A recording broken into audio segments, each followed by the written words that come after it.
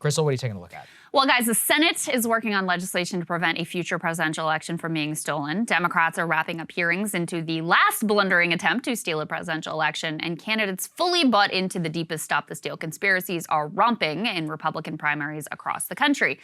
But it's not just Democrats who see their political opponents as existential threats. Republican candidates are increasingly framing themselves as combatants in a war which is either at the doorstep or already here.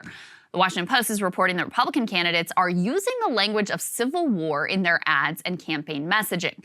You might recall Eric Greitens costumed in tactical gear with a giant gun busting into a house raid-style hunting for Republicans who are insufficiently beholden to the president.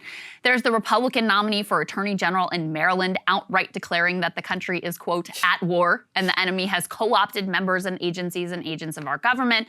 Candidates from Sarah Palin to J.D. Vance are declaring that Biden isn't just incompetent and bad at his job, but that his policies are the result of a sort of evil genius, intentionally designed to make Americans suffer with high gas prices and fentanyl deaths.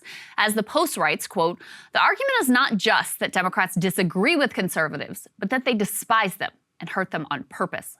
New polling and research shows that voters across the political spectrum might be kind of open to this existential rhetoric coming from political candidates and from elites. A growing number of Americans believe that the American project is coming apart completely and may fracture in the coming years. A recent YouGov poll found 49% of Americans say they believe America will cease to be a democracy in the near future.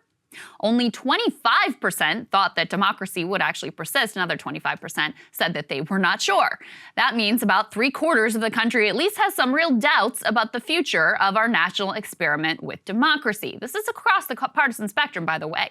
Those with the bleakest views consumed the most partisan media. So of all the demographic groups that they tested here, Fox News viewers and MSNBC viewers and those who watched the January 6th hearings live, they were the most likely to see democracy as doomed. Even more troubling, similar numbers of Americans believe they will see a civil war in their lifetimes. 46% said it was likely. Only 19% said they were not sure. Only about a third of Americans thought it was unlikely that civil war was coming. Once again, consumers of partisan media were most likely to believe that a nation-destroying war was in fact likely.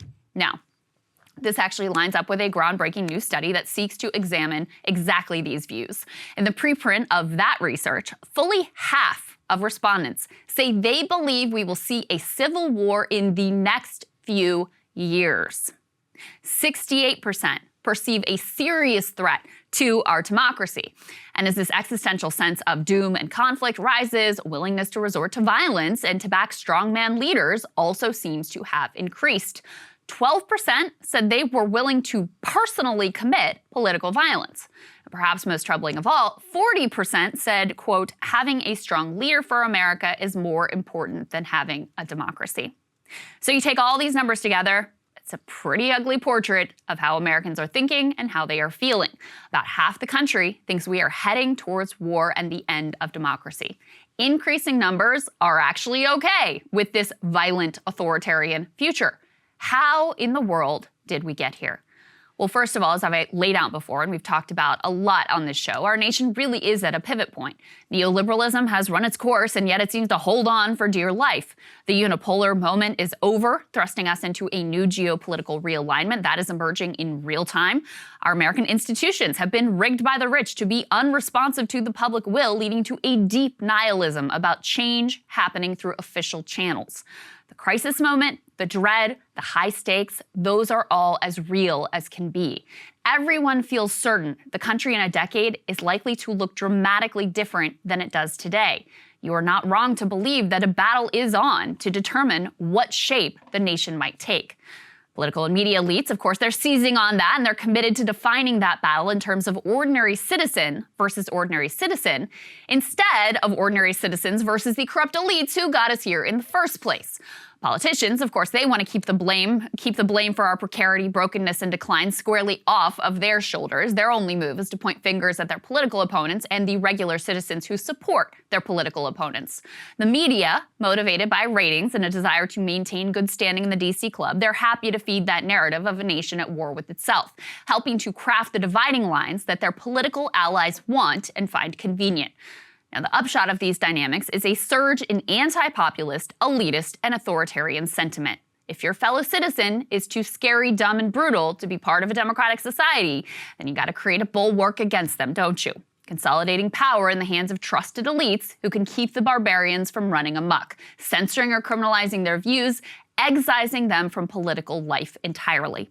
If everyone on the political left, after all, is dedicated to burning down your town, grooming your kids, and destroying the nation, pretty hard to see how you're gonna work that out at the ballot box. And if everyone on the political right is a conspiracy-addled nutjob ready to do a coup, force 10-year-olds into childbirth, and reinstate Jim Crow, you're going to be similarly skeptical that's really going to work out through the democratic process. The instinct towards cultish faith in figures like Fauci or Mueller or Trump, it all comes from this desperate desire for some elite figure to save us from the terror of democracy when we've been convinced that our fellow citizens cannot be trusted with a democratic voice. And this is the messaging that you get from places like Fox and MSNBC all day long. So it is no surprise that their viewers are the most likely to see us headed towards a direct civil war, and to be among the most likely to endorse political violence and express comfort with authoritarian leaders. Now, are we actually heading to a civil war? I personally don't really buy it. Anyone taking up arms against the US government with all of its trillions of military might would have to be on a suicide mission. And you're pretty cute if you think your little home collection of guns is going to amount to much of anything against a nuclear superpower. But all the groundwork has already been laid for the nation to actively, perhaps even democratically, choose to end democracy. Trusting our fellow citizens feels too risky to too many. The media is going to continue to profit from feeding an internal Cold War, and the truth is they've already done their job. Far too many prefer the certainty of the strong man to the messiness of democracy with their imperfect fellow citizens. They see the chaos of the near future and massive challenges the world is up against, and have decided they'd prefer to just outsource the problems to their preferred set of elites. Many are so convinced of the impending death of American democracy that they will fight to see that it ends on their terms. And Sagar, I wonder what you think about the Civil War. Cable news is ripping us apart, dividing the country, making it impossible to function as a society, and making it impossible to know just what is true and what is false. But the good news is they are failing and they know it. That is why we're building something new, a new mainstream, a healthier one, something more trustworthy, something that we are going to need in one of the most pivotal times in American history. We are building up here for the midterms, for the upcoming presidential election, but we need your help. So if you can help us out by becoming a premium member today at breakingpoints.com, we're trying to change America for the better and the entire world. So what are you waiting for, guys? Go to breakingpoints.com and sign up and help us build a new mainstream.